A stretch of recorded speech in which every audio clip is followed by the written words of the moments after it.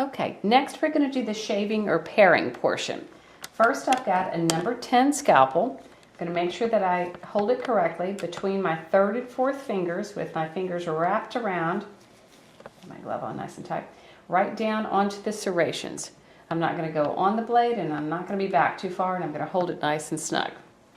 Okay, then I'm going to work on this area right here, this reddened area.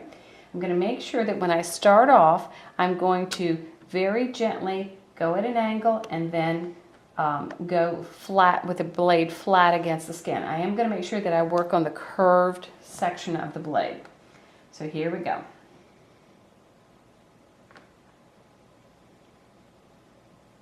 Good, and now I'm going nice and flat. I do have my forearms resting on the surface, and I'm using just my arms into this sawing motion.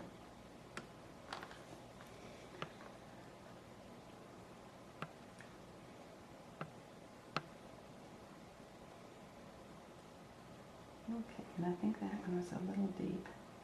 I'm going to make the next one a little more shallow. This one, although I'm not through the dye, it's a little bit thicker than I wanted it to be.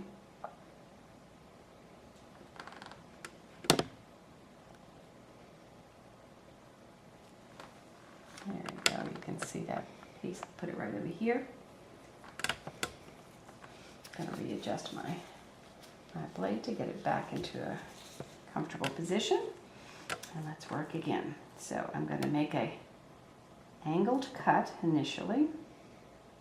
And then I'm going to turn the blade, the curved part of the blade, flatter.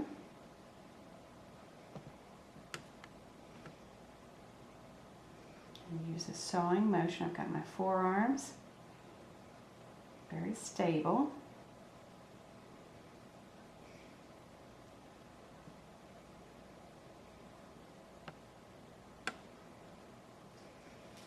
I'm trying to stay away from that edge there.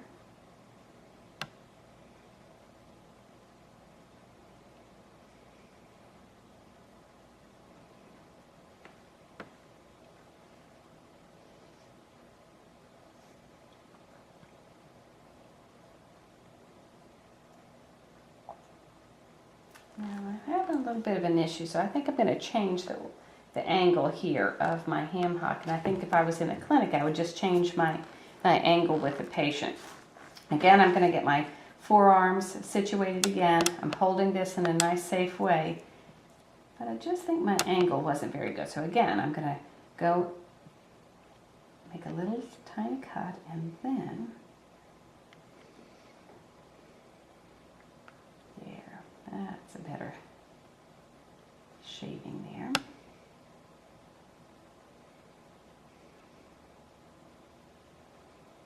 Good. And there's that's transparent. Can you see? Okay, and I'm going to do a few more of these. So I didn't get into the viable tissue. Still nice and pink. Good, here's another one. Good.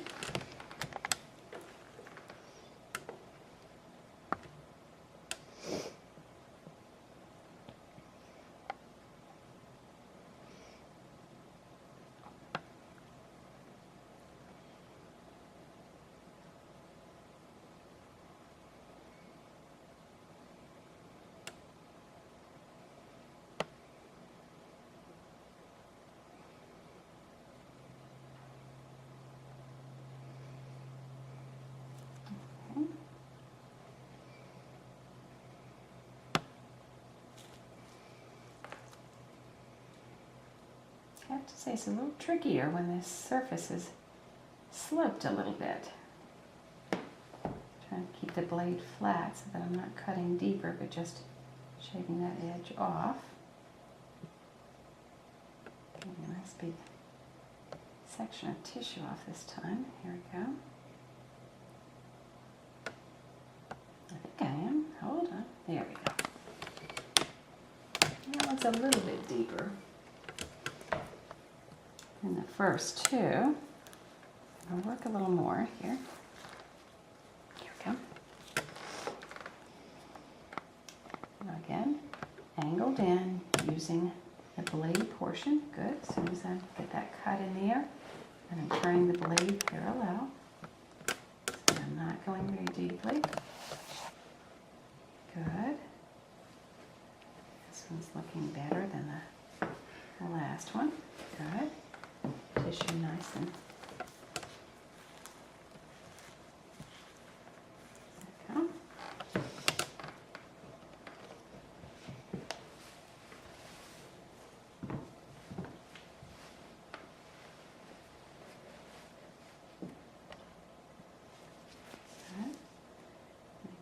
cut in, and now turning the blade flat.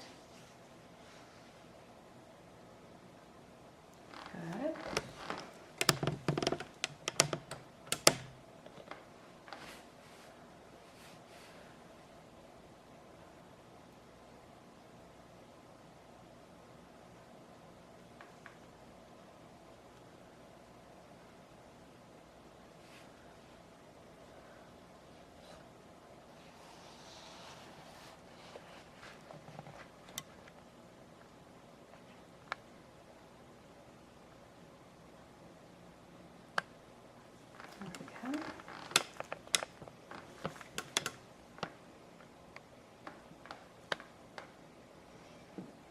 Angled and then flat. I'm going to work on this piece that I had loosened up when I was angled the other way. There we go. There we go. Now you can see, if you get nice and close, I've got several sections where I've gotten down to the lighter pink skin. I'm going to go back and kind of clean up these other edges and see if I can make that look a little bit better. So using the same technique of angled blade and then flat, trying to keep that tip of the blade up as well, using a sawing motion with my wrists and hands.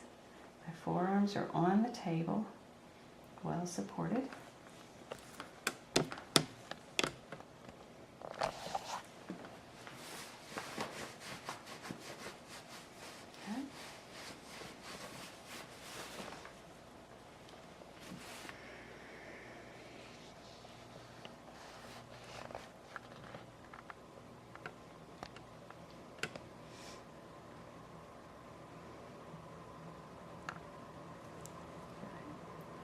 Another nice little flake. Okay. Now, let's see. I've got one little flake right here. It came off. All right. Good. Now, let's see.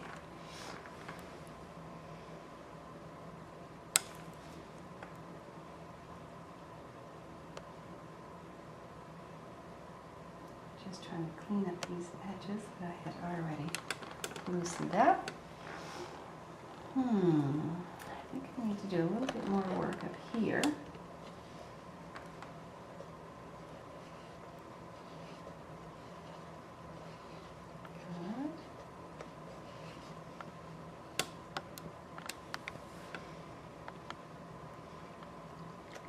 Get that blade nice and flat.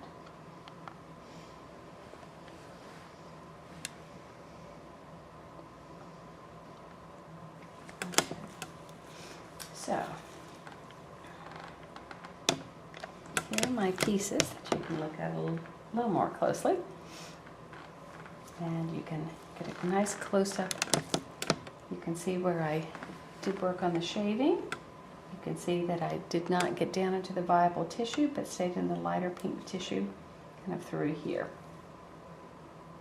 Okay, now I'm going to take a quick break and regroup for the next section. Thank you.